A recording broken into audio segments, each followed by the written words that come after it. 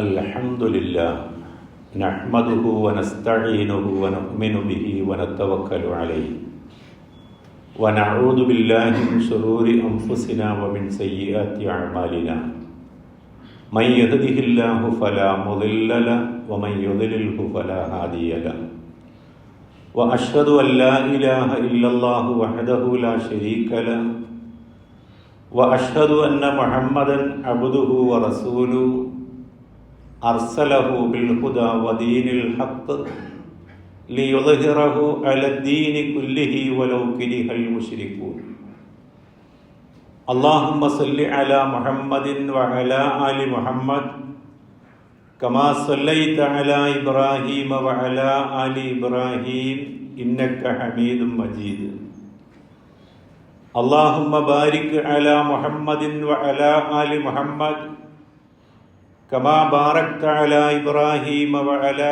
آل إبراهيم إنك حميد مجيد أما بعد فإن أصدق الكتاب كتاب الله وخير السنن سنن محمد صلى الله عليه وسلم وشر الأمور محدثاتها وكل محدثة بدعة وكل بدعة ضلالة يا أيها الذين آمنوا أوصيكم أولا بتقوى الله أعوذ بالله من الشيطان الرجيم بسم الله الرحمن الرحيم يا أيها الذين آمنوا توبوا إلى الله توبة نصوحا عسى ربكم أن يكفر عنكم سيئاتكم ويدخلكم جنات تجري من تحتها الأنهار.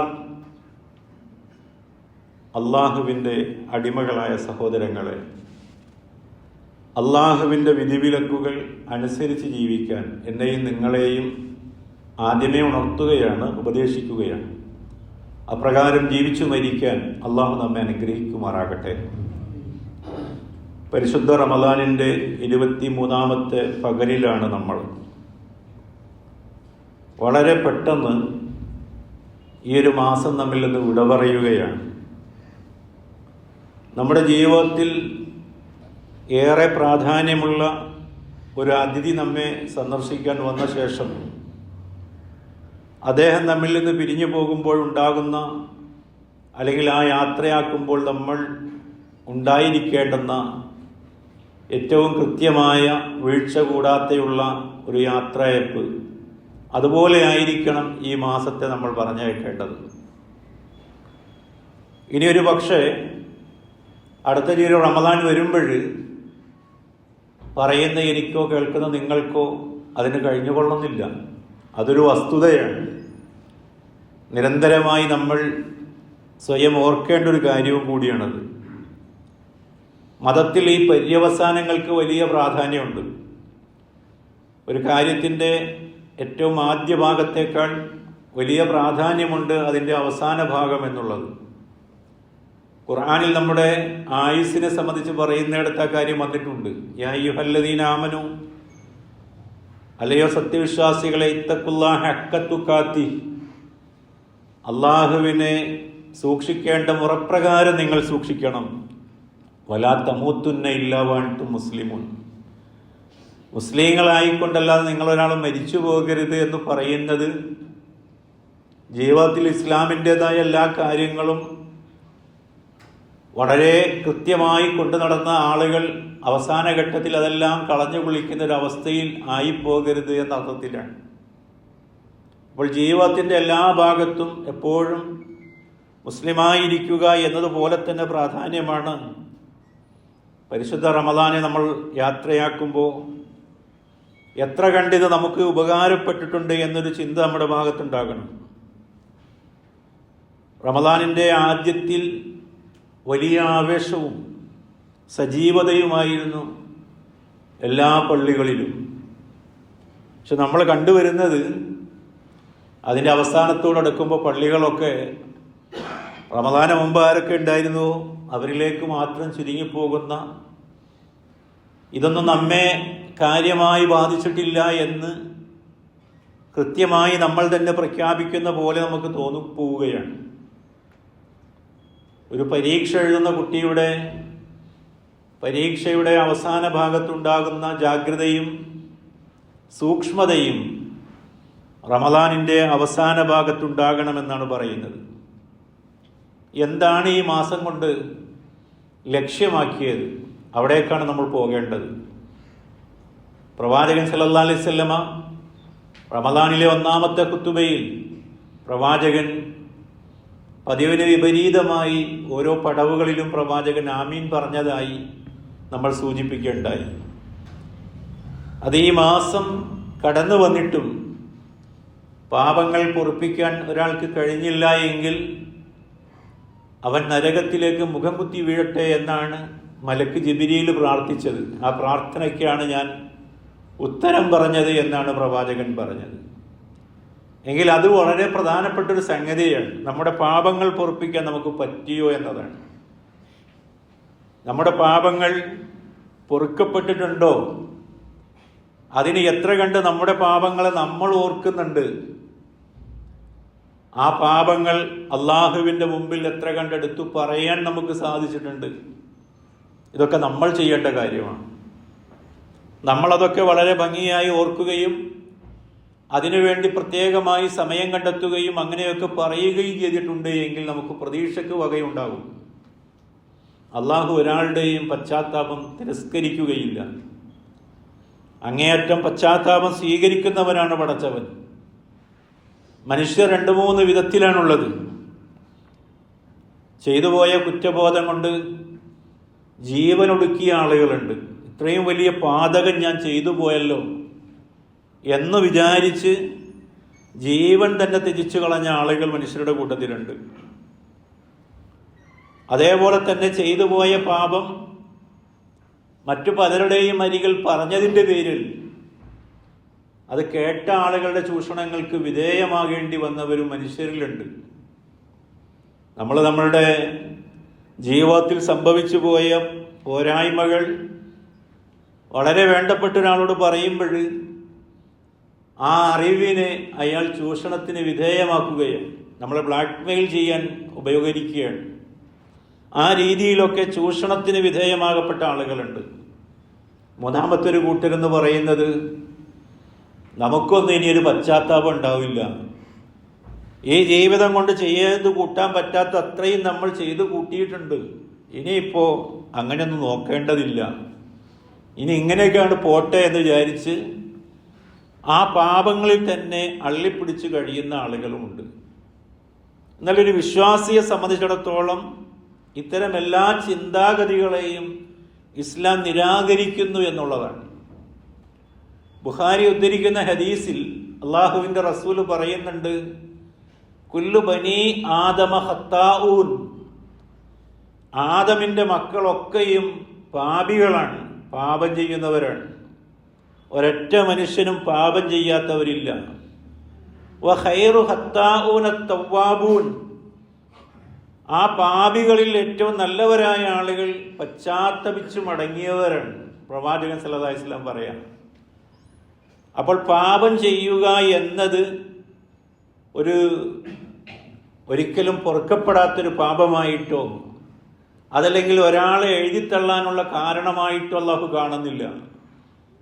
പാപം ചെയ്തതിന് ശേഷം അയാൾ എന്തു ചെയ്യുന്നു എന്നുള്ളതാണ്. വീഴുന്നതിലല്ല കാര്യം, വീണതിന് ശേഷം എഴുന്നേൽക്കാൻ പറ്റുന്നുണ്ടോ എന്നിടത്താണ് കാര്യം. അത് ബോക്സിങ്ങിലൊക്കെ അതിൻ്റെ വിധിയെ നിർണ്ണയിക്കുന്ന ഒരു ഘടകം അങ്ങനെയാണ്. എന്നതുപോലെയാണ് ജീവിതത്തിൽ തെറ്റ് ചെയ്തു പോയിട്ടുണ്ടോ, ആയിക്കോട്ടെ, ആ തെറ്റിൽ നിന്ന് തിരുത്താൻ എന്ത് ചെയ്തു എന്നിടത്ത് നമ്മൾ ആലോചിക്കേണ്ടതുണ്ട്. ഖുർആനിൽ എത്രയോ വചനങ്ങൾ പല ആളുകൾക്കും ജീവിതത്തിൽ വലിയ വെളിച്ചം വീശിയ അനേക വചനങ്ങൾ ഖുർആനിലുണ്ട്. അതിൽ 39-ാമത്തെ അധ്യായം സൂറ സുമറിലെ 53-ാമത്തെ വചനം, ഈ മാലോകരായ എല്ലാ ആളുകളോട് അല്ലാഹു പറയാം, കുൽ, പറയുക പ്രവാചകരെ, യാ ഇബാദിയല്ലദീന അസ്റഫു അലാ അൻഫുസിഹിം, സ്വന്തത്തോട് തന്നെയും അതിക്രമം ചെയ്തു പോയിട്ടുള്ള എൻ്റെ ദാസന്മാരോട് അങ്ങ് പറയുക, ലാ തഖ്നതു മിർ റഹ്മത്തില്ലാ, പടച്ചവന്റെ കാരുണ്യത്തെ സംബന്ധിച്ച് നിങ്ങൾ ഒരിക്കലും നിരാശരായി പോകരുത്. അള്ളാഹു തന്നെയാണ് പറയുന്നത്, എന്നോട് നിങ്ങളുടെ പാപങ്ങൾ ഏറ്റുപറയുന്നതിൽ നിങ്ങളിൽ ഒരാളും നിരാശരായി പോകരുത്. ഇന്നല്ലാഹ യഗ്ഫിറു ദുനൂബ ജമീഅ, എല്ലാ പാപങ്ങളും അല്ലാഹു പുറത്തു തരും. അവിടെ ഒരു ഉപാധിയും വയ്ക്കാതെ പൂർണ്ണമായ രീതിയിലാണ് അള്ളാഹു പറയുന്നത്. ആ വചനം അവസാനിപ്പിക്കുന്നത് ഇന്നഹു ഹുവൽ ഗഫൂറുർ റഹീം, അവൻ ഏറെ പൊറുക്കുന്നവനും കാരുണ്യവാനുമാണ് എന്നതാണ്. പല വിമർശകരായ ആളുകളും ഖുർആൻ പഠിച്ചിട്ട് ഈ ആയത്തിലൂടെ അവർ കയറി വന്നപ്പോൾ ഇതൊരു വലിയ പിടിവള്ളിയായിട്ടൊരു മനസ്സിലാക്കുകയാണ്. ഇന്നലെ വരെ ചെയ്തു പോയ പാപത്തിൽ നിന്നൊക്കെ ജീവിതത്തെ കരകയറ്റാനുള്ള വലിയൊരു വള്ളിയായി അവരിത് മനസ്സിലാക്കി അതിലൂടെ ഇസ്ലാമിലേക്ക് വന്ന അനേക ആളുകളുണ്ട്.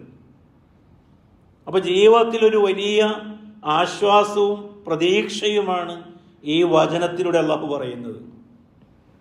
തൻ്റെ സൃഷ്ടിയെ സംബന്ധിച്ച് കൃത്യമായിട്ട് അറിയുന്നവനാണ് അല്ലാഹു.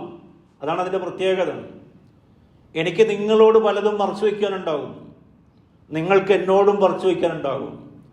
അതിനുവേണ്ടി നമ്മൾ സ്വീകരിക്കുന്ന ഒരുപാട് മറ്റു പല ഉപാധികളുണ്ടാകും. മാന്യമായ വസ്ത്രം ധരിക്കും, നല്ല രീതിയിൽ സുഗന്ധദ്രവ്യങ്ങളൊക്കെ പൂശും. അങ്ങനെ കണ്ടാൽ കൊള്ളാവുന്ന രീതിയിൽ എല്ലാവരുടെയും മുമ്പിൽ ഏറ്റവും നല്ല യോഗ്യനും പരമയോഗ്യനൊക്കെ ആയിട്ട് നമ്മൾക്കിങ്ങനെ അഭിനയിക്കാൻ കഴിയും. എന്നാൽ നമ്മൾ മനസ്സിലാക്കേണ്ട ഒരു പാഠം എന്ന് പറയുന്നത് അള്ളാഹുവിൻ്റെ മുമ്പിൽ നമുക്ക് മറച്ചു വയ്ക്കാൻ ഒന്നുമില്ല. കാരണം നമ്മളെ സംബന്ധിച്ച് കൃത്യമായിട്ട് നമ്മുടെ നാഥൻ അറിയാം. എൻ്റെയും നിങ്ങളുടെയും അന്തരാളം എന്താണ് മന്ത്രിച്ചു കൊണ്ടിരിക്കുന്നത്, നമ്മൾ ഏതൊരു കാര്യമാണ് ഇപ്പോഴും ആലോചിച്ചു കൊണ്ടിരിക്കുന്നത് എന്നൊക്കെ കൃത്യമായിട്ട് അറിയാവുന്ന അള്ളാഹുവിനെ മറച്ചു വെച്ചുകൊണ്ട് ഒരു പദ്ധതിയും പ്രവർത്തനവുമായി നമുക്ക് പോകാനില്ല. അതുകൊണ്ട് തന്നെ കാര്യങ്ങൾ തുറന്നു പറയാൻ സാധിക്കണം. ഖുർആൻ അത് പറയുന്നു, നോക്കൂ നിങ്ങൾ. 53-ാമത്തെ അധ്യായം സൂറ നജ്മിലെ 32-ാമത്തെ വചനം. ഹുവ അഅലമു ബിക്കും, നിങ്ങളെ സംബന്ധിച്ച് ഏറ്റവും നന്നായിട്ട് അറിയുന്നവൻ.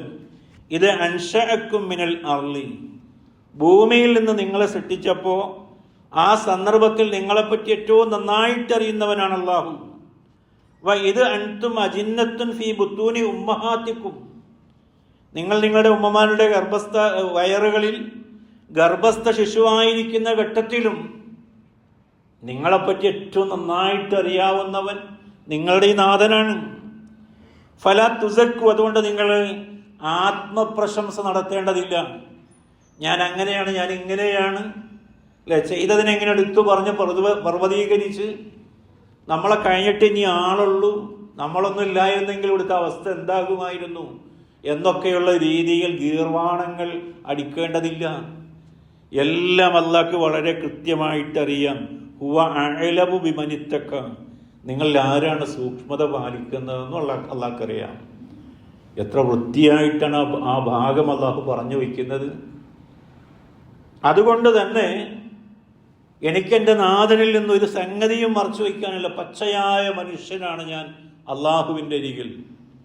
എൻ്റെ ജീവിത പങ്കാളിയുടെ മുമ്പിലോ മാതാപിതാക്കളുടെ മുമ്പിലോ സഹോദരങ്ങളുടെ മുമ്പിലോ നാട്ടുകാരുടെ മുമ്പിലോ മറ്റേതെങ്കിലും സമൂഹത്തിൻ്റെ മുമ്പിലോ ഉള്ളതിനേക്കാളൊക്കെ വളരെ കൃത്യമായി ഞാൻ ആരാണ് എന്നും എന്താണ് എന്നും എത്രയാണ് എൻ്റെ പരിമിതി എന്നും എന്തൊക്കെയാണ് എൻ്റെ സാധ്യത എന്നുമൊക്കെ കൃത്യമായിട്ട് അറിയാവുന്ന പടച്ചവൻ്റെ മുമ്പിൽ നമ്മളെന്ന് തുറന്നു വയ്ക്കാൻ തയ്യാറാകണം.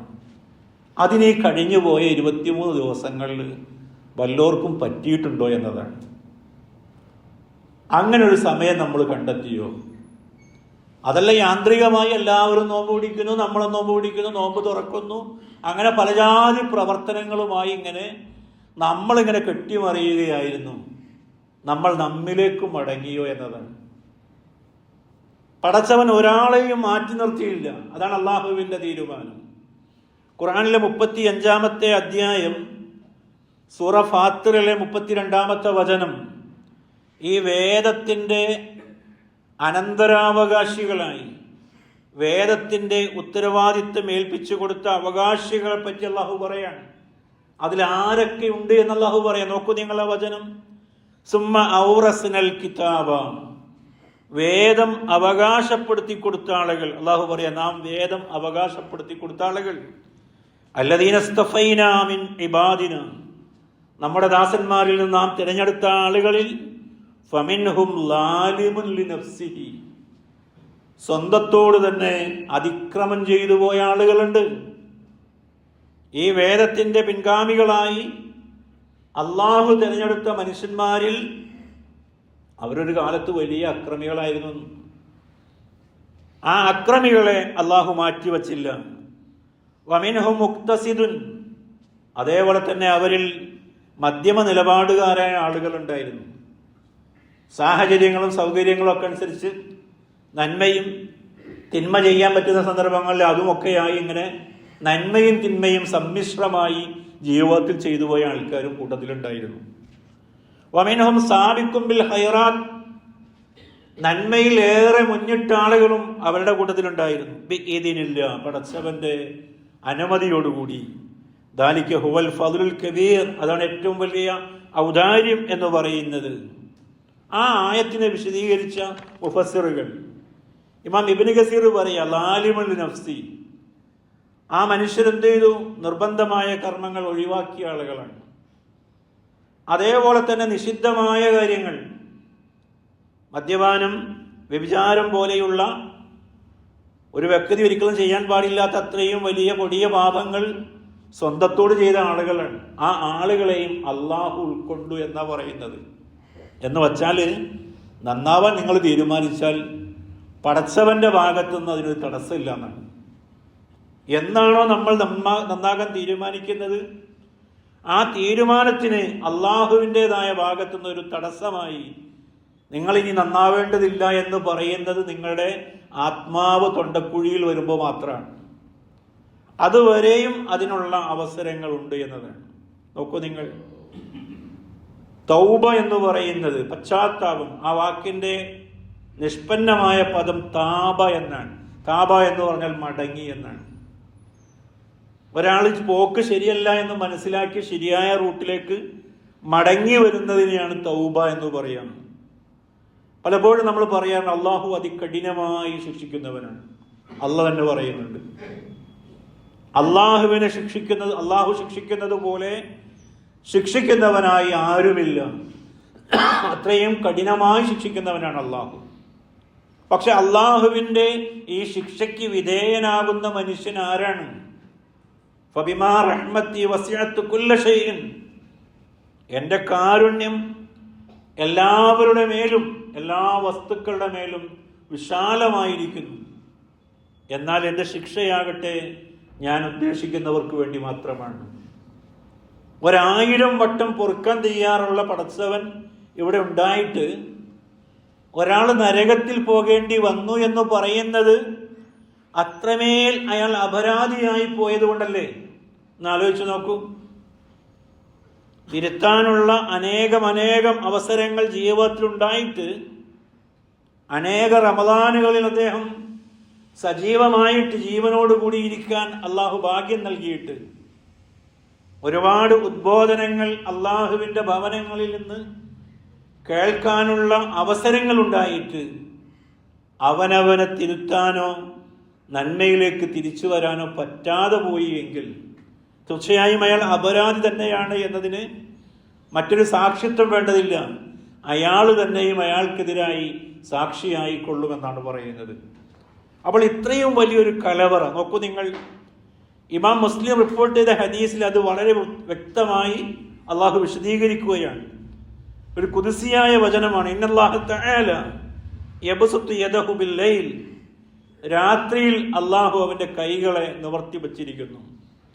ലിയതൂബൽ മുസിഅൻ നഹാരി, പകലിൽ അതിക്രമം ചെയ്തു പോയ, പാപം ചെയ്തു പോയ തൻ്റെ ദാസന്റെ പശ്ചാത്താപം സ്വീകരിക്കുന്നതിന് വേണ്ടിയിട്ടാണ്. വയബ്സുത്തു യദഹു ബിന്നഹാർ, അതേ പടച്ചവൻ പകലിലും കൈകൾ നിവർത്തി വച്ചിരിക്കുന്നു. ലിയതൂബൽ മുസിഅൻ ലൈല, രാത്രിയിൽ തെറ്റ് ചെയ്തു പോയ മനുഷ്യനെ പകലിൽ പശ്ചാത്തപിക്കുന്നതിന് വേണ്ടിയിട്ടാണ്. ഹത്താ തത്ലുഅ ശംസ മിൻ മഗ്രിബിഹ, ഇത് സൂര്യൻ പടിഞ്ഞാറെന്ന് ഉദിക്കുന്നത് വരെയും ഈ പ്രക്രിയ അള്ളാഹു തുടർന്നുകൊണ്ടിരിക്കും. ഒരു നിരാശയുടെ വർത്താനം അവിടെ എട്ട ഇളകത്ത് പോലും കാണുന്നില്ല. എപ്പോൾ നന്നാവാൻ തീരുമാനിക്കുന്നുവോ അപ്പോഴൊക്കെയും അള്ളാഹു ആ പശ്ചാത്താപം സ്വീകരിക്കാൻ നഷ്ടപ്പെട്ടു പോയ തൻ്റെ ആടിനെ ആട്ടിടയൻ അന്വേഷിക്കുന്നത് പോലെ അതിനേക്കാൾ താല്പര്യപൂർവ്വം അള്ളാഹു ഈ ദാസന്റെ പശ്ചാത്താപം സ്വീകരിക്കാൻ സന്നദ്ധനായിരിക്കുന്നു എന്നുള്ളതാണ്. അതിന് പറ്റിയ ദിനരാത്രങ്ങളിലൂടെയാണ് നമ്മൾ പോയിക്കൊണ്ടിരിക്കുന്നത്. ഖുർആനിലെ 24-ാമത്തെ അധ്യായം സൂറ നൂറിലെ 31-ാമത്തെ വചനം, വതൂബൂ ഇലല്ലാഹി ജമീഅൻ അയ്യുഹൽ മുഅ്മിനൂൻ, വിശ്വാസികളെ നിങ്ങൾ എല്ലാവരും അള്ളാഹുവിലേക്ക് പശ്ചാത്തപിച്ചു മടങ്ങുക. ഞാൻ പറയല്ല, അല്ല പറയാം, വിശ്വാസികളെ നിങ്ങളെല്ലാവരും അള്ളാഹുവിലേക്ക് പശ്ചാത്തപിച്ചു മടങ്ങിക്കൊള്ളിൻ, ലഅല്ലക്കും തുഫ്ലിഹൂൻ, നിങ്ങൾ വിജയിക്കും, നിങ്ങൾ വിജയികളായേക്കും. അപ്പോൾ വിജയത്തിൻ്റെ നിദാനമായി അതിൻ്റെ ഏറ്റവും പ്രാരംഭമായ ഘട്ടമായി പറയുന്നത് നമുക്ക് നമ്മുടെ തെറ്റുകളെ സംബന്ധിച്ചുള്ള ഓർമ്മയാണ്. അങ്ങനെ നമുക്ക് ഓർത്തെടുക്കാൻ കഴിയണം. തെറ്റുകളിൽ മുങ്ങിത്താണ് പോയത് മനുഷ്യന് എവിടെയൊക്കെയാണ് തെറ്റുകൾ വന്നുപോയതെന്ന് അറിയാൻ കഴിയില്ല. എന്നാൽ അല്ലാത്ത ഓരോരുത്തർക്കും അവനവൻ്റെ ജീവിതത്തിൽ സംഭവിച്ചു പോയ സ്ഖലിതങ്ങളെ ഓർത്തെടുക്കാനും അള്ളാഹുവിനോട് ഏറ്റുപറയാനും കഴിയണമെന്നുള്ളതാണ്. ആമുഖമായി ഞാൻ നിങ്ങളുടെ ശ്രദ്ധയിൽ കൽപ്പിച്ച വചനം ഖുർആനിലെ 66-ാമത്തെ അധ്യായം സൂറ തഹ്രീമിലെ 8-ാമത്തെ വചനമാണ്. ആ ആയത്തിലൂടെ അള്ളാഹു നമ്മളോട് പറയുന്നത്, യാ അയ്യുഹല്ലദീന ആമനൂ, ഏ സത്യവിശ്വാസികളെ, തൂബൂ ഇലല്ലാഹി തൗബത്തൻ നസൂഹ, നിങ്ങൾ അള്ളാഹുവിലേക്ക് നസൂഹായ തൗബയുമായി മടങ്ങിക്കൊള്ളുക. നസൂഹായ തൗബ എന്ന് പറയുന്നത് നിഷ്കളങ്കമായ തൗബയുമായി നിങ്ങൾ അള്ളാഹുവിലേക്ക് മടങ്ങിക്കൊള്ളുക. അസാ റബ്ബുക്കും അൻ യുകഫിറ അൻകും സയ്യിആത്തിക്കും, എങ്കിൽ പടച്ചവൻ നിങ്ങളുടെ പാപങ്ങളൊക്കെയും പുറത്തു തരുന്നതാണ്, മായ്ച്ചു കളയുന്നതാണ്. വയദ്ഖിലുക്കും ജന്നാത്തിൻ തജ്രി മിൻ തഹ്തിഹൽ അൻഹാർ, താഴ്ഭാഗത്തുകൂടി അരുവികൾ ഒഴുകിക്കൊണ്ടിരിക്കുന്ന ആ സ്വർഗീയ ആരാമത്തിൽ അള്ളാഹു നിങ്ങളെ പ്രവേശിപ്പിക്കുന്നതാണ്. എന്തു വേണം? നസൂഹായ തൗബയുണ്ടാകണം. നസൂഹായ തൗബ എന്താണ്? പണ്ഡിതന്മാർ അതിനെ വിശദീകരിക്കുകയാണ്. ഇമാം ഇബ്നു ഖയ്യിമിന്റെ വിശദീകരണത്തിൽ ഇങ്ങനെ വന്നിരിക്കുന്നു, ഫന്നസ്ഹു ഫിത് തൗബ, തൗബയിലെ ഇഖ്ലാസ് അല്ലെങ്കിൽ നിഷ്കളങ്കത എന്ന് പറയുന്നത് വൽ ഇബാദത്തിൽ മശൂറത്തി തഖ്ലിസുഹ മിൻ കുല്ലി ഗശ്ശിൻ വനക്സിൻ വഫസാദ്, 3 കാര്യങ്ങളിൽ നിന്ന് ഈ തൗബ, ഈ പശ്ചാത്താപം മുക്തമാകണം. അതെന്തൊക്കെയാണ് ആ 3 കാര്യങ്ങൾ? ഒന്ന് വഞ്ചന, പുറത്തൊരു കാര്യം കാണിച്ചിട്ട് ഉള്ളിൽ വേറൊരു വിചാരം. ഇത് ഈ റമദാൻ ഇങ്ങോട്ട് പോയിട്ട് അടുത്ത റമദാനും വരുമല്ലോ, ബാക്കി നമുക്ക് അപ്പം നോക്കാം. ഒരു കാര്യങ്ങളിൽ ഒരു തീരുമാനമില്ലാതെ ഒരു മുഖം മൂടി അണിഞ്ഞുകൊണ്ടുള്ള പ്രകടനപരതയെ മുൻനിർത്തിയുള്ള പ്രവർത്തനം പാടില്ല. വനക്സിൻ, അതേപോലെ തന്നെ അള്ളാഹു പറഞ്ഞതിൽ നിന്ന് കുറച്ചൊക്കെ കുറച്ച് കളയാം, ബാക്കി നമ്മുടെ വകയായി കൂട്ടാം, അല്ലെങ്കിൽ മൊത്തം കുറച്ച് കളയാം. ആ രീതിയിലുള്ള സമീപനവും പാടില്ല. അപ്പോൾ ഫസാദൻ, അതേപോലെ തന്നെ കുഴപ്പങ്ങൾ ഉണ്ടാവുക, ഏതെങ്കിലുമൊക്കെ അർത്ഥങ്ങളിൽ ചെയ്യുന്ന പ്രവർത്തനങ്ങളിൽ കുഴപ്പങ്ങൾക്ക് വിഷയീഭവിക്കുന്ന രീതിയിൽ കാര്യങ്ങൾ ചെയ്യാതിരിക്കുക. ഇങ്ങനെ 3 കാര്യങ്ങളിൽ നിന്നും നിങ്ങളുടെ തൗബയെ, പശ്ചാത്താപത്തെ നിഷ്കളങ്കമാക്കുക എന്നതാണ് പറഞ്ഞത്. മനസ്സിൽ ഒന്ന് വെച്ചുകൊണ്ട്, ഇന്നല്ലാഹ ത്വയ്യിബൻ ലാ യുഖ്ബലു ഇല്ലാ ത്വയ്യിബൻ, പടച്ചവൻ പരമപരിശുദ്ധനാണ്. അതുകൊണ്ട് ഈ പരിശുദ്ധി ഇല്ലാത്ത ഒന്നും അല്ലാഹ് സ്വീകരിക്കില്ല. സാധാരണ നാട്ടിൻപുറത്തൊരു വർത്താനമുണ്ട്, വെളുത്ത ചോറും കറുത്ത മുഖവും എന്ന്. അത്തരം ഒരു ഭക്ഷണം കഴിക്കാൻ നമ്മൾ ആരും ഇഷ്ടപ്പെടാറില്ല. അതിഥിയുടെ തെളിഞ്ഞ മുഖമുള്ളപ്പോഴാണ് ഭക്ഷണം ഒരല്പം വിഭവങ്ങൾ കുറഞ്ഞതാണ് എങ്കിലും കഴിക്കാൻ നമുക്ക് ഇഷ്ടമുണ്ടാവുക. എന്നാൽ വിഭവങ്ങൾ വളരെ തെളിച്ചമുള്ളതും അതിഥിയുടെ മുഖം കറുത്തിരണ്ടതുമാണ് എങ്കിൽ അവിടെ നമ്മൾ അധിക സമയം നിൽക്കുകയില്ല. പടച്ചവന്റെ സ്വഭാവം പറഞ്ഞെടുത്ത ആ രീതിയിലാണ് പറഞ്ഞത്. അള്ളാഹു പരമ പരിശുദ്ധനാണ്. നിങ്ങൾ സമർപ്പിക്കുന്നതിൽ പരിശുദ്ധിയില്ലാത്ത ഒന്നും അള്ളാഹ് സ്വീകരിക്കുകയില്ല. ഇത് വിശദീകരിക്കുന്ന ഇമാം മുസ്ലിം റിപ്പോർട്ട് ചെയ്തൊരു ഹദീസിൽ കാണുകയാണ്, ഒരാളുടെ പരിശുദ്ധമായ ധനത്തിൽ അയാൾ അള്ളാഹുവിൻ്റെ മാർഗത്തിലേക്ക് കൊടുത്തത് ഒരു ഈത്തപ്പഴത്തിൻ്റെ ചുളയാണ് എങ്കിൽ പരമകാരുണ്യകൻ അവൻ്റെ വലത് കൈ കൊണ്ടത് വാങ്ങുമെന്നാണ് പറയുന്നത്. എന്നാലോചിച്ച് നോക്കൂ, ഖുദ്സിയായ ഹദീസിലൂടെ പറയാം, നമ്മൾ കൊടുക്കുന്ന ഈ നയാ പൈസയെ അള്ളാഹു അവൻ്റെ വലത് കൈ കൊണ്ട് വാങ്ങും. എന്നിട്ട് പരമകാരുണ്യകൻ അവൻ്റെ കൈ കൊണ്ട് അതിനെ വളർത്തും. ഏതുപോലെ? വലിയൊരു പർവ്വതം സമാനമാകുന്ന രീതിയിൽ. ഒരു കുതിരക്കുട്ടിയെ അതല്ലെങ്കിൽ ഒരു കഴുതയുടെ കുട്ടിയെ പ്രാകൃതനായ ആ കാലഘട്ടത്തിൽ ഒരു അറബി എങ്ങനെയാണോ സൂക്ഷ്മതയോടുകൂടി വളർത്തുന്നത്, അതുപോലെ വളർത്തുമെന്നാണ് പറയുന്നത്. അപ്പോൾ അതേ നിഷ്കളങ്കത ഈ തൗബയിലും ഉണ്ടാകണമെന്ന് മഹാനായ ഉമറുൽ ഫാറൂഖ് റളിയല്ലാഹു അൻഹു തൗബത്തുൻ നസൂഹയെ അദ്ദേഹം വിശദീകരിച്ചത് ഇങ്ങനെയാണ്: അത്തൗബത്തുൻ നസൂഹ അൻ യതൂബ മിനദ്ദംബി സുമ്മ ലാ യഊദു ഇലൈ. ചെയ്തുപോയ തെറ്റുകുറ്റങ്ങളിൽ നിന്ന് പശ്ചാത്തപിച്ചു മടങ്ങലാണത്. സുമ്മ ലാ യഊദു ഇലൈ, പിന്നീട് അതിലേക്ക് തിരിച്ചു വരാതിരിക്കുക. കമാ ലാ യഊദുൽ ലബനു ഇലൽ ദർ, കറന്നെടുക്കുന്ന പാല് വീണ്ടും അകിടിലേക്ക് തിരിച്ചു കയറിപ്പോകാത്ത പോലെ ചെയ്തുപോയ തെറ്റിൽ നിന്നും വീണ്ടും ആ പഴയ വഴിയിലേക്ക് തിരിച്ചു പോകാതിരിക്കുക എന്നതാണ് ഉമറുൽ ഫാറൂഖ് റളിയല്ലാഹു അൻഹു ആ തൗബത്തുൻ നസൂഹയെ സംബന്ധിച്ച് പറഞ്ഞത്. ഇമാം കൽബി പറയാണ്, യസ്തഗ്ഫിറു ബിൽ ലിസാൻ. എന്താണ് തൗബത്തുൻ നസൂഹ? നിങ്ങളുടെ നാവ് കൊണ്ട് നിങ്ങൾ പാപമോചനം തേടുക. അല്ലാഹുമ്മ ഇന്നക അഫൂൻ തുഹിബ്ബുൽ അഫ്വ ഫഅഫു അന്നാ, അല്ലെങ്കിൽ ഫഅഫു അന്നി. അല്ലാഹുവേ, നീ പാപമോചനം ഇഷ്ടപ്പെടുന്നു, നീ പാപം പൊറുക്കുന്നവനാണ്, അതുകൊണ്ട് എൻ്റെ പാപം നീ പൊറുക്കണമേ എന്നുള്ള ഒരു ദാസന്റെ നിഷ്കളങ്കമായ അഭ്യർത്ഥന അല്ലെങ്കിൽ അപേക്ഷയാണ് പറഞ്ഞത്. രണ്ടാമത് വയന്തമു ബിൽ ഖൽബ്, അത് പറയുമ്പോൾ നിന്റെ ഹൃദയം വേദനിക്കണം, ഖേദമുണ്ടാകണം. ഒരാൾക്കൂട്ടത്തിൽ ഒരു ബഹളത്തിൽ ആമീൻ ആമീൻ എന്ന് പറഞ്ഞ് ആവേശങ്ങളിലല്ല, ഇത് പറയുമ്പോൾ നിന്റെ പാപങ്ങൾ നിനക്ക് ഓർമ്മ വരണം, അതിലൊരു ഖേദമുണ്ടാകണം. വയുംസിക ബിൽ ബദൻ, നിന്റെ ശരീരത്തെ ഭൗതികമായ താല്പര്യങ്ങളെ നിനക്ക് നിയന്ത്രിക്കാൻ കഴിയണം. ഇമാം കൽബി പറയാം, തൗബത്തുൻ നസൂഹ എന്ന് പറയുന്നത് അങ്ങനെയാണ്. എന്താണ്? നാവ് കൊണ്ട് പശ്ചാത്താപത്തിന്റെ വചനം, ഹൃദയം കൊണ്ട് ആ വേദന, ശരീരത്തെ വീണ്ടും ആ കൊള്ളരുതായ്മയിലേക്ക് തിരിച്ചു വിടാതെ നിയന്ത്രിച്ചു നിർത്താനുള്ള കപ്പാസിറ്റി, ഇതാണ് പറയുന്നത്. Saeed bin Musayyib താബികളിൽ പ്രസിദ്ധനാണ്. അദ്ദേഹം പറയുന്ന മറ്റൊരു വ്യാഖ്യാനമാണ്, തൗബത്തുൻ നസൂഹ തൻസഹൂന ബിഹാ അൻഫുസക്കും.